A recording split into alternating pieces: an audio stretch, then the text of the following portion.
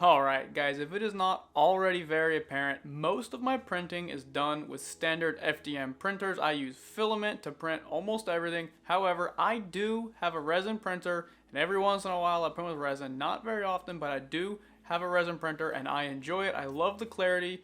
Guys, today I have a resin that I want to show you because it is far and away cheaper than almost every resin on the market, and it still performs very, very well. I'm going to give you a comparison with resin and FDM. This way you can see just how good the clarity is, and I'm also going to put a piece under the microscope. This way you can see how good and how clear the prints actually come out. Guys, you don't want to miss this. Stick around. So a few weeks ago, the company Yousu sent me out this incredible dichromatic color changing filament. I did a review on it and they loved it a lot, and so now they went ahead and sent me out some of this iForm 183 water washable red wax resin. Guys, they sent this out to me for free, but they did not pay me, and all of the opinions in this video are mine.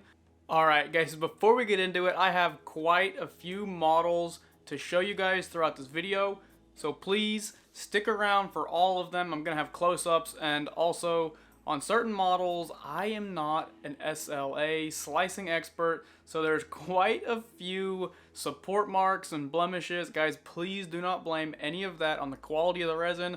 Blame all of that on the user, because I'm a failure, and I can't print resin like I can print filament. So anyway, guys, like I said, blame that on the user. Don't blame that on the resin. So I found the best exposure time to be 1.6 seconds, and then there's a good rule of thumb to say add 10 times that for first layer exposures, and that is how I came to the number that I came here. So I have 16 seconds on my first layer exposure, and then I have 1.6 seconds for every subsequent layer, which means this resin prints very quickly. After I printed the XP2 validation matrices, I went ahead and printed the Soraya Tech model. So the Soraya Tech model came out very good as well, with the 1.6 second exposure time as well as the 16-second first layer exposure time. Now guys, of course these are very, very thin prints, so they've warped substantially because these have been sitting on my desk since I printed them a few weeks ago. So they've been hit with a little bit of UV, and they've slowly started to cure, and then they've started to curl. But these were obviously completely flat after I printed them, and so whatever curling you're seeing here has nothing to do with the resin. Once I had the calibration matrices done and I had the resin calibrated to the printer, I went ahead and I printed a Calibration Rook, and guys, this thing turned out exceptionally well. You can see the interior of the Rook. It stayed perfectly intact. You can read the text on the top of the Rook. You can read the text on the side of the Rook. Everything about this turned out almost perfectly, and once I got this printed and it looked the way it did, I was ready to go print something cool. I went ahead and I printed, well, part of a medieval castle. I had an issue here. Once again, has no issue to do with the resin. I tripped my breaker and the printer stopped, and I have no power loss recovery. So the medieval castle, it got cut off. But guys, the detail in this for a $24 or a $25 bottle of resin is absolutely phenomenal. I really just cannot get over how good this looks, and just the sheer fact that I can see individual leaves on the trees, I can see individual windows inside the buildings. This print, it came out very, very good, and I am very pleased with how the resin turned out.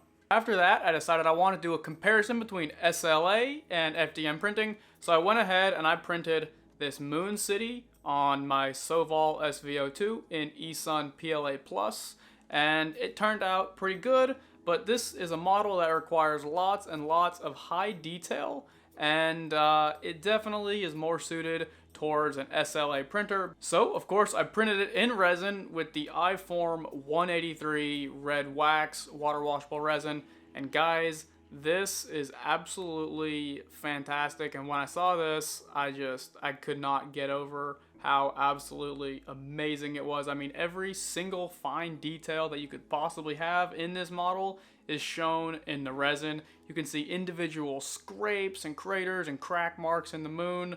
I am absolutely blown away with how well this resin handled this model. So the next thing I wanted to do was go ahead and print a little bit of a larger model. So I went ahead and I printed a Darth Vader model. Now guys, this was not really intended to ever be printed on a resin printer. This was intended to be FDM printer all the way. So there are an absolute ton of support marks and scarring, and I am just really bad with removing supports. So this is completely and entirely my fault once again. But guys, the model still turned out fantastic. Now this model does not have as much fine detail as the Moon City has, but I mean, just the sheer fact that something that's going to sit on your shelf, maybe be painted with custom colors, you don't have to do any post-processing at all. You could rip this off the printer, assuming you can get your supports off better than me. You could rip this off the printer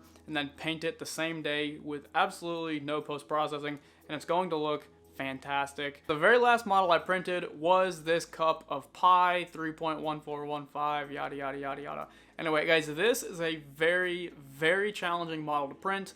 What I did was I just loaded it up, expanded it to make it a little bit larger, and then hit the print button. It did not require any supports, and I did have a couple issues. So down here on the base, some of the numbers did not properly adhere to the base of this cup. So when it was printing, those numbers kind of got cured a little bit and they started floating in the vat of resin, and that produced some issues throughout the entire cup. Now I'm not sure that it's going to be seen in this footage. I'll try to get some close-up footage for you guys. But so there's some little bits of resin on the numbers. This is hard to focus because it's such a complex object. So there's little bits of resin that adhered and cured in places that it wasn't supposed to. Now, if you look at this from a little distance away, it is fantastic and beautiful, and yeah, the fact that this can print at all is just astonishing. So overall, it still turned out very, very well because this is a torture test for resin. So I have done lots of calibration on this resin, lots of printing with this resin, and all the issues that I've experienced, they were my own issues. This resin really has performed very, very well. There is one thing. This iForm 183, it is supposed to be water washable resin. That means when your print is done, you can pull it off the build plate and then you can wash it off in water. You don't have to wash it off in isopropyl alcohol. Of course, it's always best to wash it off in isopropyl alcohol if you have it. However, because I'm supposed to be able to wash this in water, I wanted to give it a go. So the first few models I pulled off the build plate, washed in water, and they turned out okay, but it definitely didn't turn out great. I thought I might have been doing it wrong. So these models I washed multiple times over and over and over again. And I actually also washed the build plate in the water, and what I was experiencing most of the time is that the resin, when washed in water, would really just smear. A lot of it would just smear away and it would not really do a great job. I started washing it off in alcohol and the parts came out a lot nicer. All in all, guys, I'm gonna tell you that this resin is a win. If you're ready to buy a new resin, if your current bottle is about to be over, I would definitely recommend you go purchase a bottle of this because it's $24, $25, depends on when you buy it. And standardly, a resin that I've seen, that I've used, can get upwards of $35 or $40. Anyway, guys, if you want to purchase a bottle of this resin to give it a go, you can purchase it in 500 grams or 1,000 grams. And I've got a link to that here in the description. This way you do not have to search it. You can go directly there, make your life easier. Anyway, guys, once again, Yousu sent this out to me for free, and I want to thank them. Again, they did not ask me to give them a good review. They just wanted to get my opinion on it and to put their name out there. So thank you. And guys, if you have anything that you want to see with this resin, post it in the comments below. I still have some left, and I can go ahead and print it, and I can post it over on my Instagram. That's also in the description, guys. If you want to see anything, like I said, let me know. Anyway, other than that, I'm out. Guys, if you liked it, give me a like and a subscribe, and I will see you in the next one. See you later.